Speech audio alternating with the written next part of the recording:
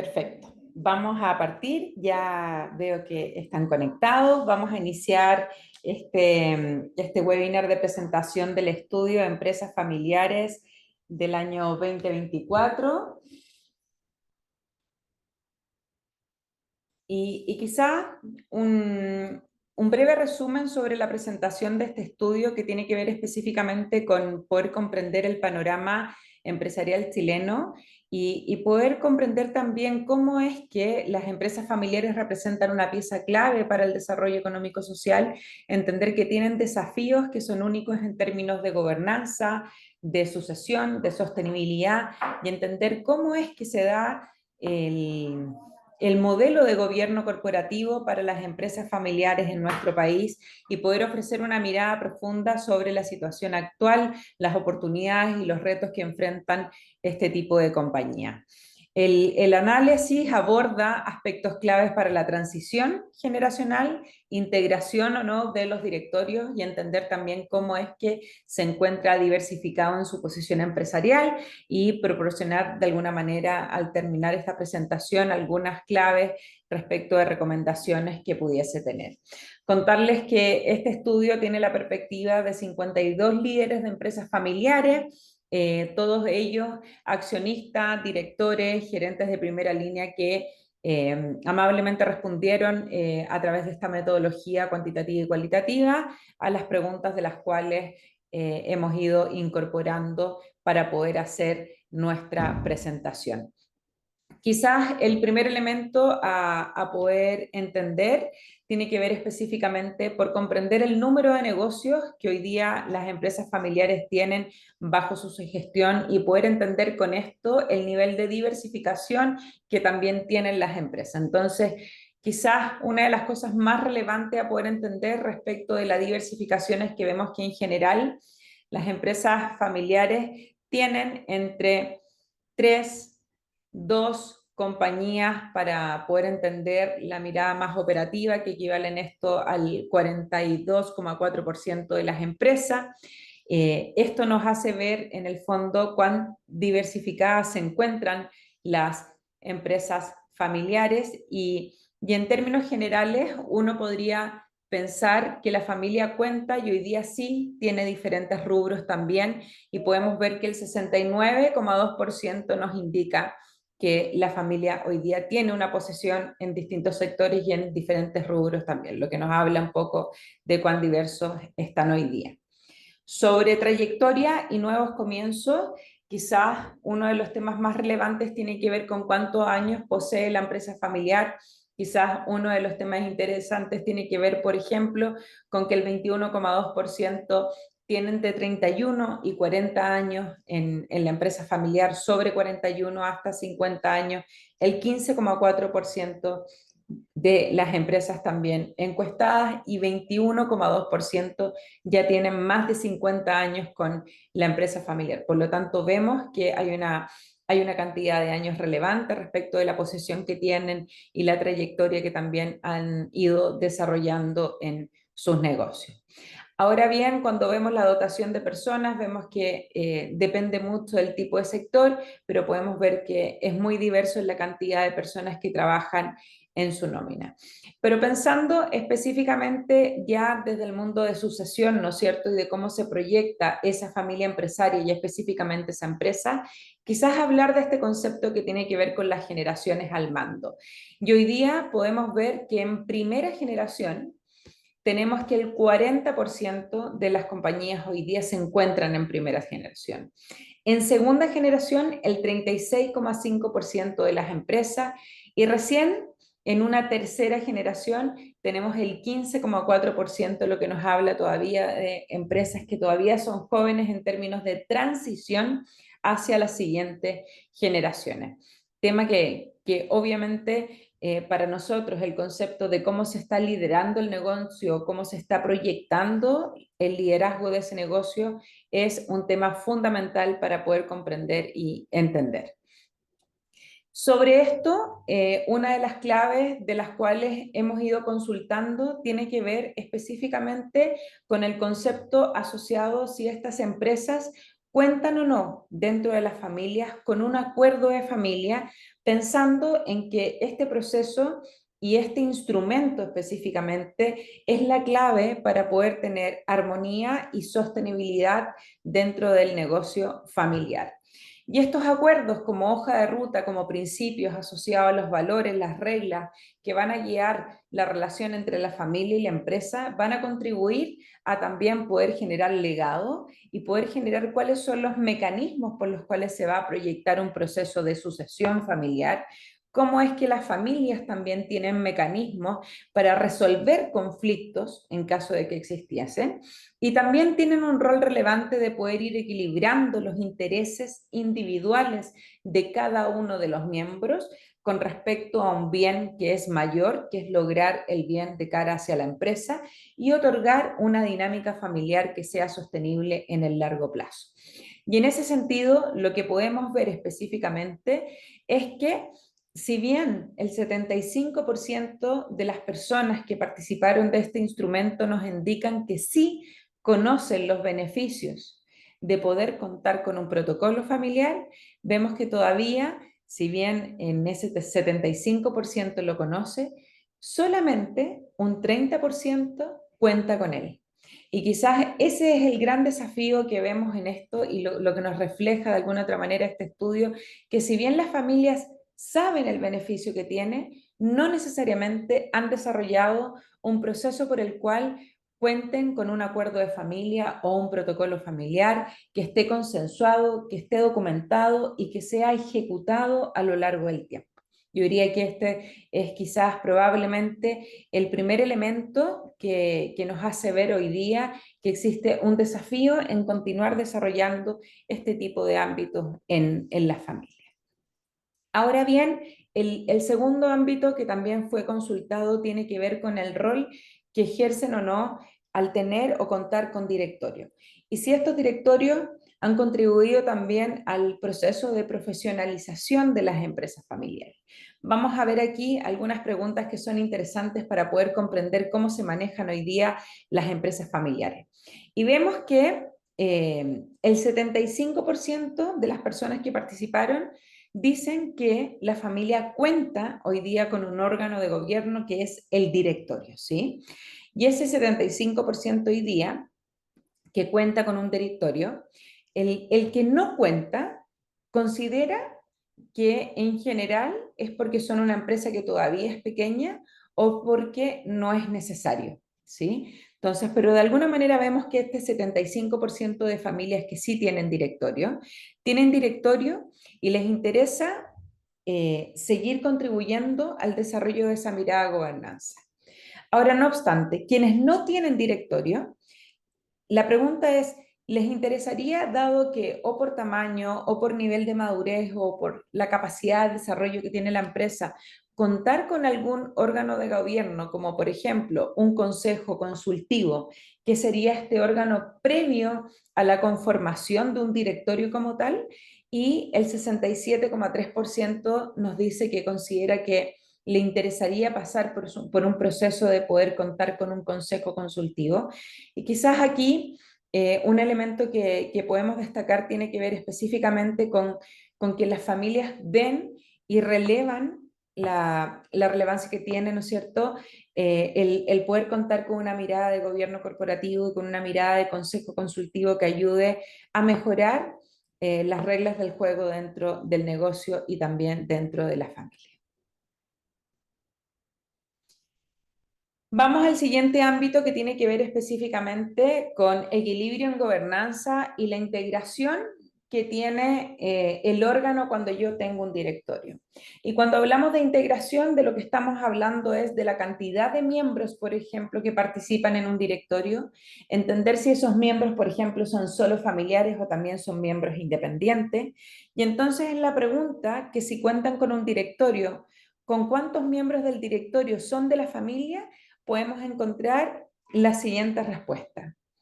En general vemos una tendencia en donde la mayoría cuenta con 2 miembros familiares, algunos con 3, y vemos ahí cómo se va achicando en el fondo esta torta en función que vamos disminuyendo o aumentando, y muy pocas empresas, por ejemplo, tienen 0 directores familiares.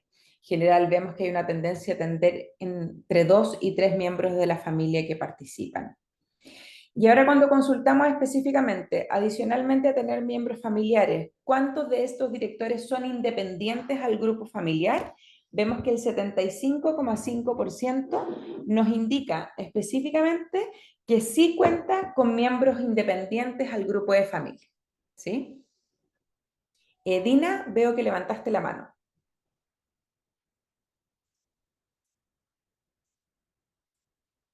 Dina, no sé si quieres hacer una pregunta.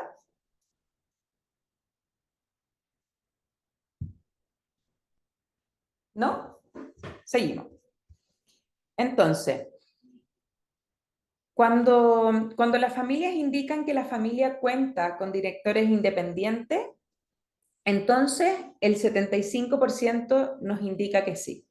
Ahora, ¿cuántos miembros del directorio son independientes? Vemos que la tendencia, y en general esta es una pregunta bien interesante, porque cuando las familias consideran la incorporación de distintos miembros, entonces la incorporación de esos miembros en general es que entre 2 a 3 miembros es lo que de alguna manera se está pensando para la incorporación de miembros externos a la familia empresaria. Ahora, ¿cuál es el mecanismo de búsqueda y selección que están utilizando las empresas familiares para la incorporación de directores independientes? Y esto es importante para poder entender si hoy día, al momento de la búsqueda, lo hacemos, por ejemplo, a través de la red de contactos personales en un 75% y menos del 40% lo está haciendo a través de un asesoramiento externo o personalizado, por ejemplo, a través de un hunting para poder ejecutar el proceso. ¿Sí? Entonces, aquí lo que vemos es que todavía existe la necesidad de profesionalizar el proceso de búsqueda.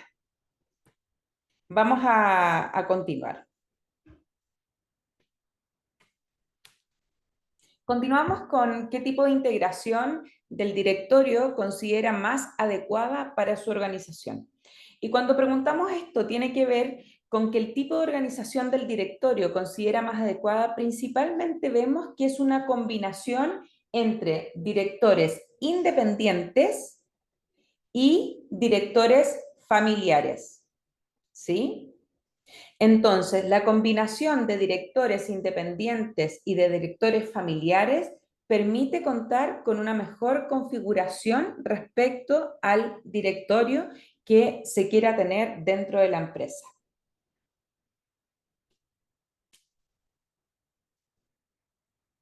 Vamos ahora a hablar específicamente del gobierno de familia.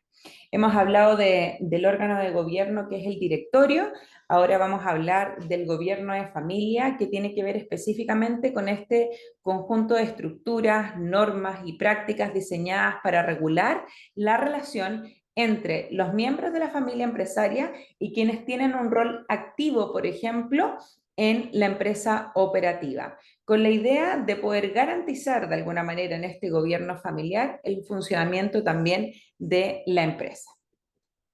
Y al consultar si los órganos de gobierno familiar específicamente, o por ejemplo el consejo, sesiona regularmente, la respuesta es que en un 54% nos indican que el Consejo de Familia hoy día tiene un funcionamiento con una estructura, por ejemplo, de participación que sea regular. Vemos hoy día cómo estos órganos en los gobiernos de familia es necesario continuar profesionalizando, generando una estructura, generando una agenda, porque es también aquí donde se configura la forma y las reglas en cómo la familia va a participar también de los negocios de la empresa. Por lo tanto, vemos una necesidad de continuar desarrollando un modelo que permita tener una estructura de funcionamiento que ayude a ir aumentando este 54% que vemos específicamente en la participación y en la sesión regular de los familiares en este órgano, como es, por ejemplo, el Consejo de Familia. Vamos ahora al siguiente ámbito que tiene que ver con la planificación de la sucesión que que probablemente es uno de los desafíos para ir asegurando la continuidad y el desarrollo de la familia, y vamos a entender también la sucesión como un proceso que no es igual en todas las empresas y en todas las familias. Por lo tanto, el comprender cuál es la forma o cuál es el paso en cómo se va a estructurar esa gobernanza en las empresas familiares es relevante para poder estructurar las reglas y los compromisos de los distintos miembros de la familia, para ayudar también a prevenir los conflictos futuros y generar lineamientos que sean claros en la toma de decisiones y en la forma en cómo se va a realizar la sucesión. Sucesión que tiene que ver específicamente con el liderazgo, por ejemplo, de las empresas operativas, pero también el liderazgo que tiene que ver con cómo se va a invertir y desarrollar ese patrimonio. Yo diría que aquí el gran desafío que tenemos es tener esa mirada de sucesión desde el family office, pero también la mirada de sucesión de la empresa operativa, que muchas veces tiene que ver con contribuir o desarrollar o la búsqueda de un gerente general que incluso pueda ser externo a la familia.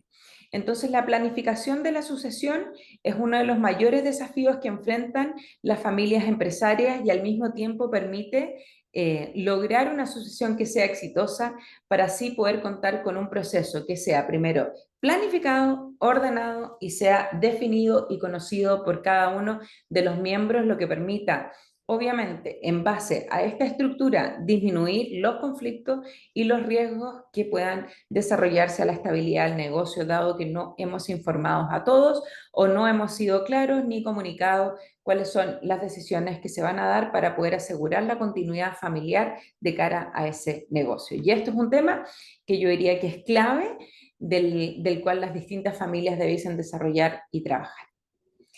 Vamos a ver con qué nos encontramos. Y quizás aquí en este estudio una de las cosas que más revisamos y pudimos relevar tienen que ver con que el 67,6% nos declaró que hoy día no tienen un plan definido para poder realizar una sucesión familiar.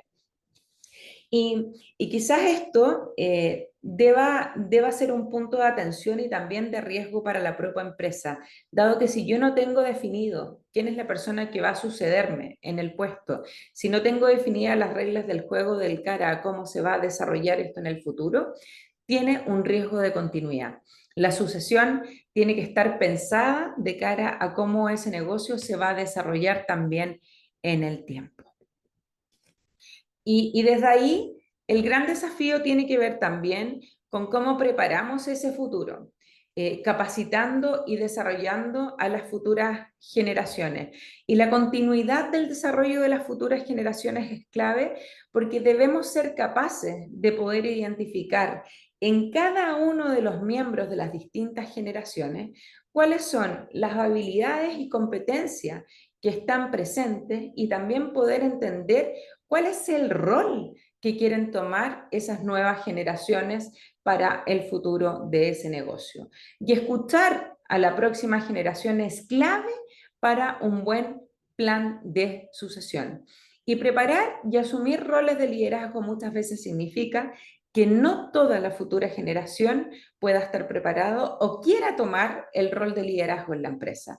Y esto es clave para la continuidad del negocio, para poder entender qué es lo que debo desarrollar entonces en ello, o qué otras habilidades o qué otros negocios también puedo ir diversificando para ir preparando el futuro como un accionista responsable que a lo mejor no necesariamente va a querer desarrollarse en el negocio operativo como tal. Y ese es un desafío que es fundamental de tener presente en esa primera generación. Y cuando consultamos si es que existen miembros capacitados en la siguiente generación para liderar el negocio, yo diría que el 65,4% nos está indicando que sí tienen líderes capacitados para poder liderar el negocio. Y la pregunta, por tanto, es si es que esa generación que hoy día está presente en el negocio está preparada para también ir dejando el proceso de sucesión en la siguiente generación. Y estas nuevas generaciones tienen nuevos retos que son estratégicos, y quizás hay que entender que una transición efectiva del negocio tiene que tener un enfoque integral, tiene que tener un enfoque respecto de cómo va a ser el traspaso societario, tiene que tener un enfoque integral entendiendo cómo va a ser el traspaso de acciones, tiene que entenderse cómo va a ser el traspaso a nivel de liderazgo dentro de la empresa y entender también de cómo yo voy a traspasar, por ejemplo, los valores y la cultura organizacional para que ésta no se pierda de cara a las futuras generaciones. Y quizás el preparar a las siguientes generaciones como aspecto más clave es un camino a formar parte de este propio negocio y diríamos que al momento de solicitar puntuar como cuáles son los temas más importantes en ponderación, vemos que el 87% marcó ética trabajo, 79% marcó liderazgo, 67% nos marcó gobierno familiar, 60% estrategias de liderazgo y 48% temas que están asociados a emprendimiento. Por lo tanto, vemos que muchos de ellos tienen que ver con cómo logramos que estas futuras generaciones tengan ética y traspaso de esa cultura y de ese crecimiento que han ido desarrollando las primeras generaciones en cada uno de los negocios. Entonces, ¿cuáles son los principales resultados, dado, revisado también todos estos ámbitos? Gobernanza y liderazgo, un gran tema a desarrollar. La contribución de un protocolo familiar acorde a las necesidades que tengan las familias. Cómo generar un traspaso generacional acorde a la realidad de cada familia, de cada empresa y al proceso de transición que también se encuentra lista en la primera generación.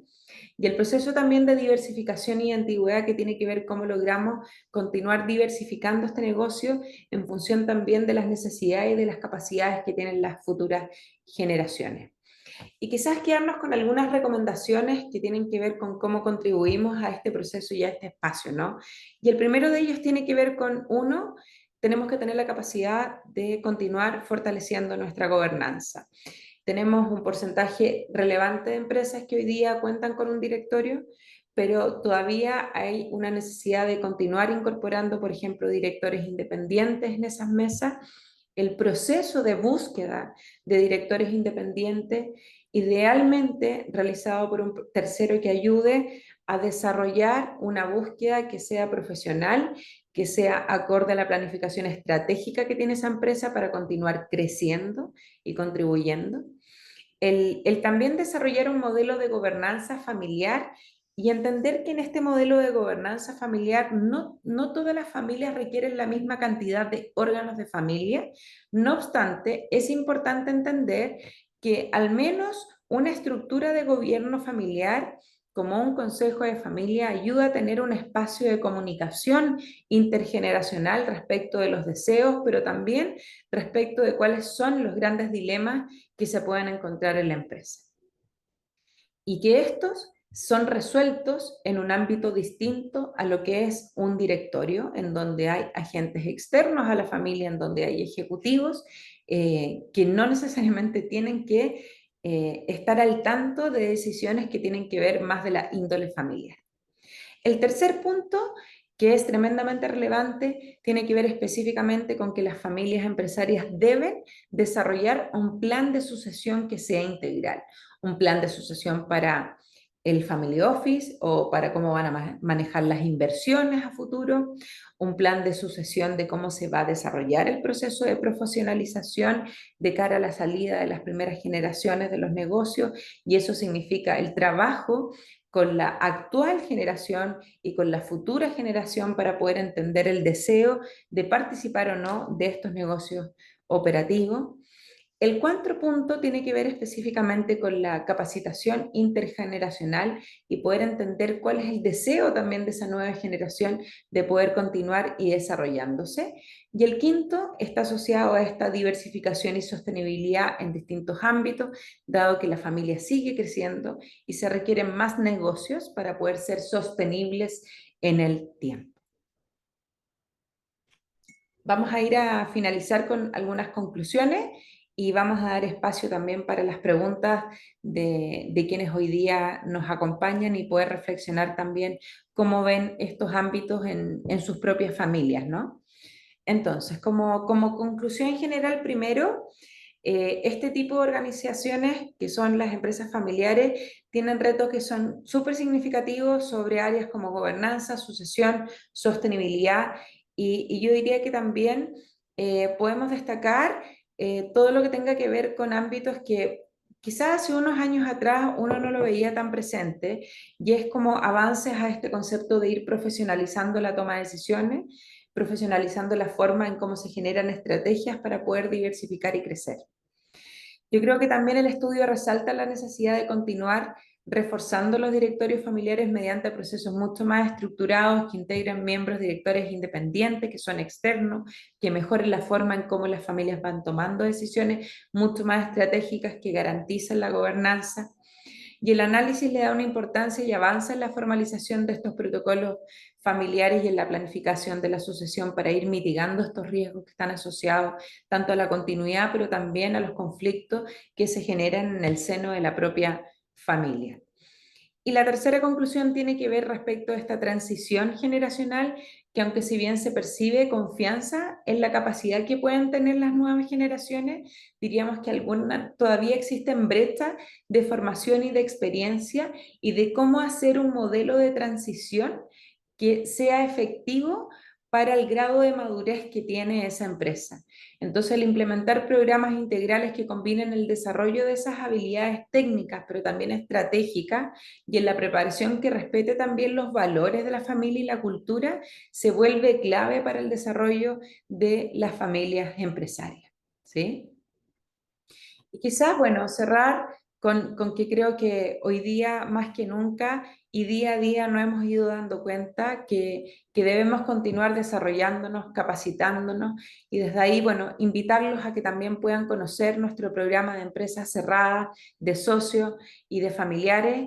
Y en las distintas sesiones podrán comprender, bueno, cuáles son las estrategias, los riesgos, cómo hacer un correcto plan de sucesión, cómo también trabajar desafíos en materia de herencia, patrimonio, contar con órganos de gobierno corporativo, familiar, el establecimiento de una sucesión armoniosa, tanto para los negocios como también para la familia, y contar desde ahí con esta mirada de cómo contribuir o cómo desarrollar un family office, cómo generar una diversificación y con un modelo de diversificar el patrimonio en función de cada una de las familias, invitarlos a que puedan participar de este programa que se da de manera iFlex y que inicia también con nosotros el día 7 de marzo y sean todos bienvenidos a poder participar.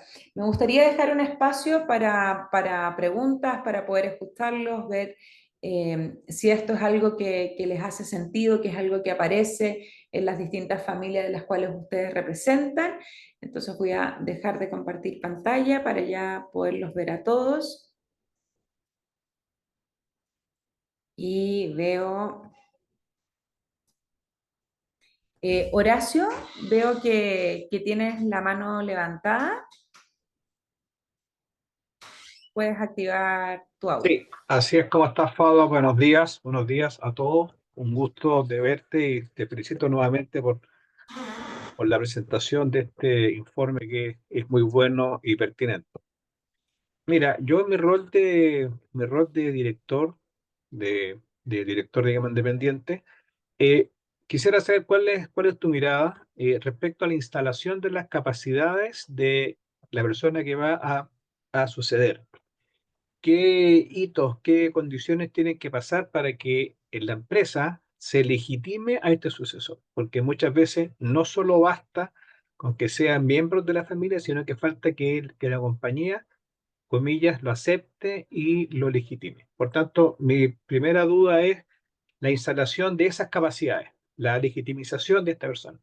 Y lo segundo, dentro de este mismo proceso, ¿cuáles son los riesgos que ustedes ven? ¿Cuáles son las brechas que hay que cubrir para que haya una aceptación? Por ahí sería, Fado. Gracias. Súper. Gracias Horacio. Yo creo que es súper importante lo que me estás preguntando. Voy a responder primero como el cómo yo hago que esa persona sea validada, ¿no es cierto? Cómo hago que el proceso en sí mismo funcione para que todos los miembros, o al menos la mayoría de los miembros, puedan legitimizar el rol o la búsqueda de esa persona. Entonces yo diría que lo primero ahí, Horacio, es que uno... si va a pasar a una transición de primera a segunda generación, lo que debemos ver es que si esa transición va a ser familiar o va a ser con un tercero. Cuando eso ocurre, lo primero que armamos es una comisión o un comité.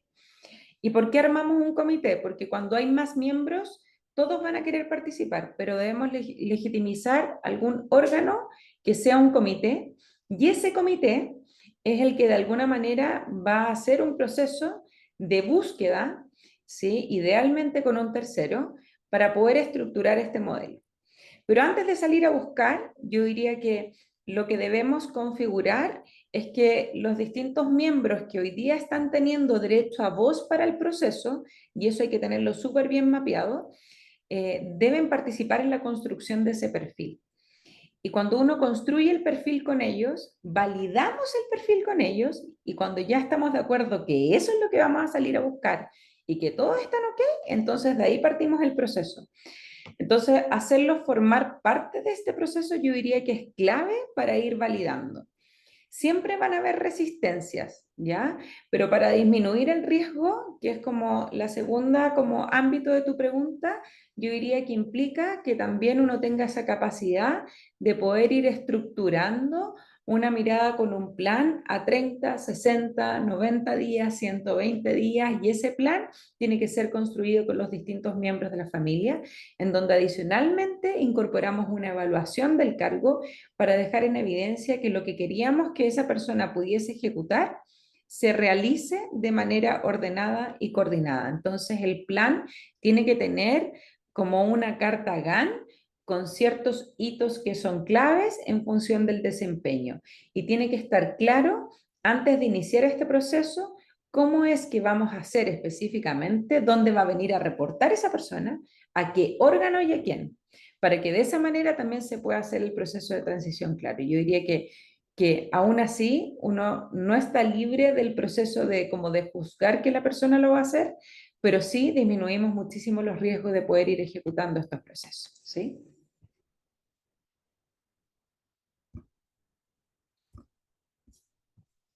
Habían enviado un par de preguntas, vamos a ir leyéndolas. La primera dice, generalmente el directorio tiene incidencia sobre cómo las nuevas generaciones entran a la empresa familiar. Yo diría que sí. El directorio ayuda y contribuye a generar algunas reglas del juego respecto sobre el ingreso de las nuevas generaciones en la empresa familiar. Entonces uno arma un, como un acuerdo de gobierno corporativo sobre la incorporación de familiares y cómo esos familiares son remunerados, cuáles son las reglas, quién los evalúa, de quién dependen, bajo qué proceso de ingreso también se van a articular. Y yo diría, Cristian, eso es súper clave para poner las reglas claras sobre las personas que contribuyen, ¿sí? En la segunda dice, sí, vamos a compartir las láminas, sí, vamos a enviarlo terminando esta presentación, vamos a enviarles para que también puedan tener todos los datos que hemos ido desarrollando. ¿Hay datos de participación de profesionales extranjeros entre los directores externos e independientes? No tenemos información sobre la incorporación de profesionales extranjeros. Tenemos la incorporación de externos en el fondo, en el directorio, y lo que sí comentar es que la incorporación de externos tiene que ver específicamente con buscar muchas veces un rol de consejero para ese directorio, o buscar a alguien que tenga competencias que sean necesarias para poder acompañar a ese proceso de transición inicial, con independencia que sean extranjeros o sean chilenos, ¿sí? Ya, aquí hay una consulta de Dina que tiene que ver con la duda que tengo, se refiere a los directores independientes, qué tan independientes pueden ser si pensamos que en la misma mesa están sentados los dueños y además les puede costar su independencia, no solo de opinión, sino también de decisión. Bueno, Dina, yo te diría que en las empresas familiares, cuando hablamos de directores independientes, son directores que no pertenecen a la familia, y cuando tú haces un proceso de búsqueda independiente a través de un tercero en donde relevaste las competencias requeridas, tú logras finalmente poder incorporar a un tercero en la mesa que logre finalmente desarrollar esos ámbitos que hoy día no estaban presentes en la familia, ¿sí? Y también el cuando uno incorpora directores independientes, la claridad que uno tiene que tener en esto es que el proceso de incorporación de independientes no puede ser eterno. O sea, esto tiene que ser con que se defina desde el día 1 de la incorporación de directores independientes por cuánto dura este periodo, si puede ser renovable o no, porque tampoco uno se debe quedar eternamente con las familias, porque ahí sí o sí no se vuelve independiente. ¿Sí? Rafael nos pregunta, ¿cuál es el nivel de madurez de las familias empresarias identificados para designar un director independiente como presidente del directorio?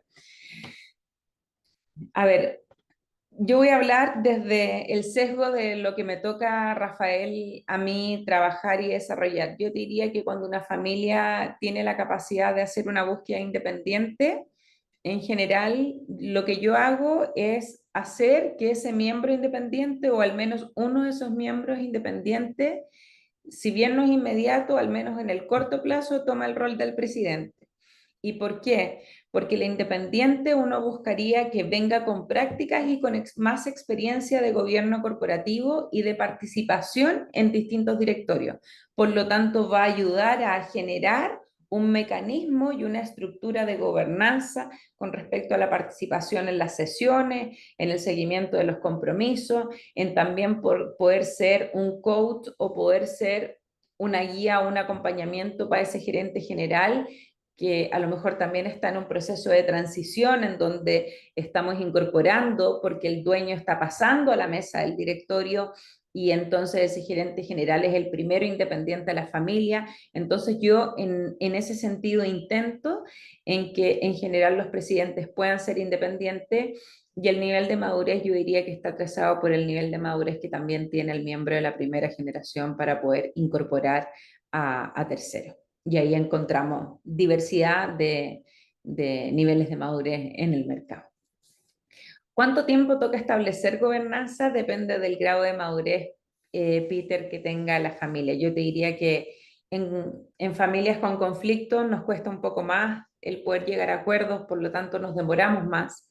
En familias que están recién iniciando un proceso de gobernanza también nos tomamos más tiempo para poder desarrollarlo, pero en promedio esto podría durar incluso 5 años para poder desarrollar un modelo de gobierno corporativo y familiar. ¿Sí? Juan Enrique me hace 2 preguntas. La primera, ¿en qué ámbitos deberían aportar actualmente los directores independientes? Inteligencia artificial, gestión de talento, financiamiento, etcétera. Juan Enrique, los directores independientes, desde mi punto de vista, debiesen aportar a la mesa con las competencias que no están presentes en la mesa.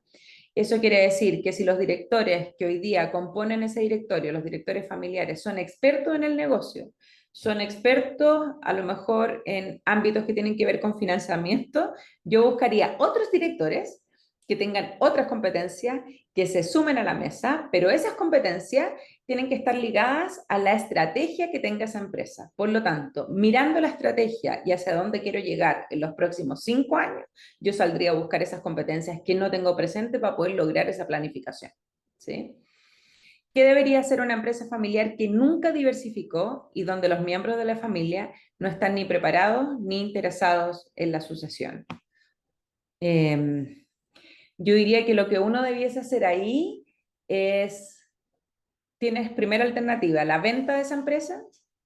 2, hacer que algunos miembros de la futura generación sean accionistas responsables y por lo tanto puedan participar a nivel de dirección y no necesariamente de gestión.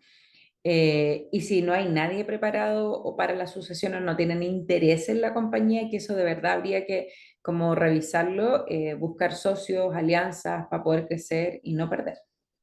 Diría que eso es clave. Iván Garrón me pregunta, ¿qué estrategias pueden implementar las empresas familiares para identificar y desarrollar líderes potenciales dentro de la familia, asegurando que estén adecuadamente preparados para asumir roles claves en la gestión del negocio? Yo diría que aquí es clave el desarrollar, yo le llamo el PADI, que es un programa de actuación de desarrollo de los accionistas. Uno debiese hacer una estructura de diagnóstico para poder relevar cuáles son las competencias que tienen todos esos miembros familiares, para poder saber desde ahí, desde las competencias y desde los intereses que tienen cada uno de sus miembros, desarrollar un plan individual para cada que uno de ellos pueda participar en la próxima generación de ese negocio o de futuros negocios.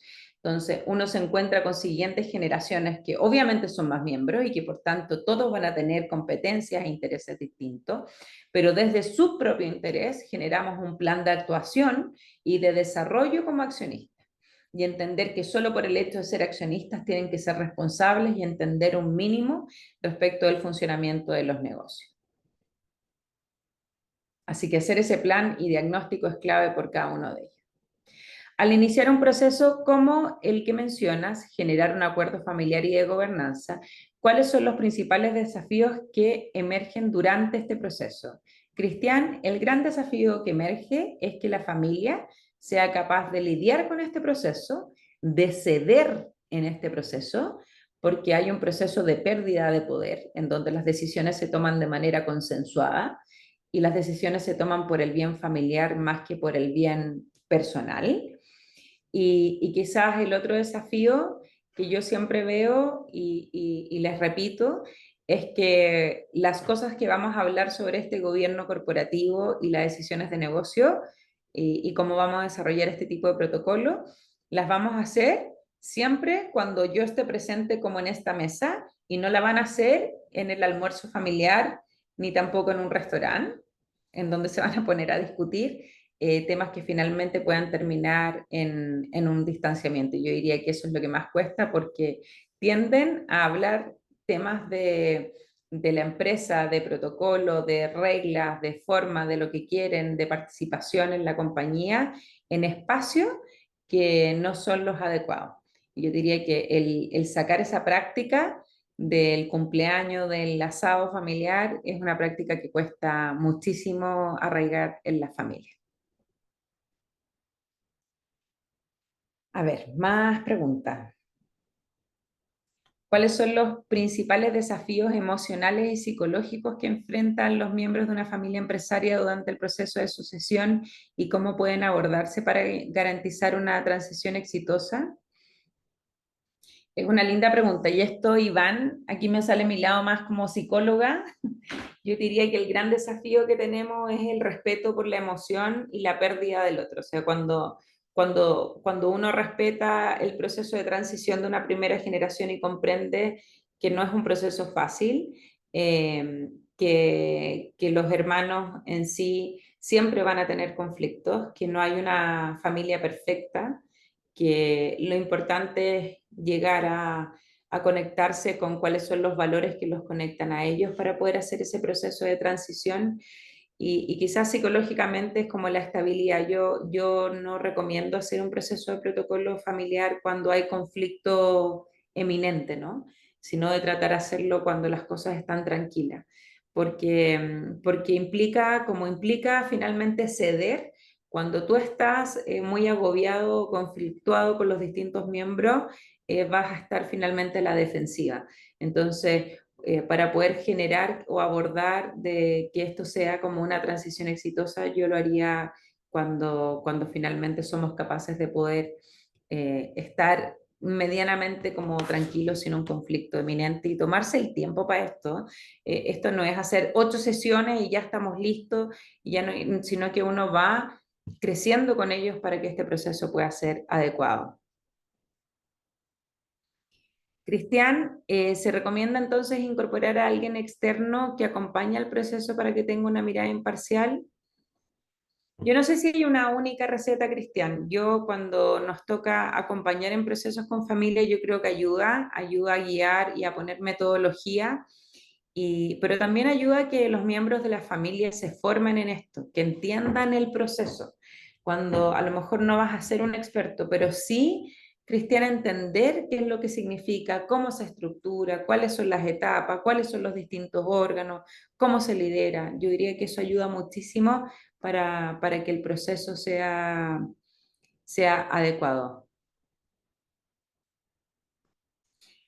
Bueno, creo que todas esas son las preguntas que nos enviaron, súper interesantes. La verdad es que quiero agradecer a todos quienes se unieron. Vamos a enviarles no solo esta presentación, sino que el estudio completo que tenemos disponible para que puedan leerlo, para que puedan compartirlo también con los distintos miembros de su familia, con sus amigos. Creo que el poder comprender que la mirada de gobierno corporativo no solo tiene que ver con el órgano que es el directorio, sino en la forma en cómo tomamos decisiones, el cómo disminuimos también los riesgos dentro de la familia para poder hacer que este proceso sea exitoso. Les agradezco a todos que hayan participado, muchas gracias y esperamos verlos en nuestros programas de formación que ya iniciamos en el mes de marzo. Muchas gracias.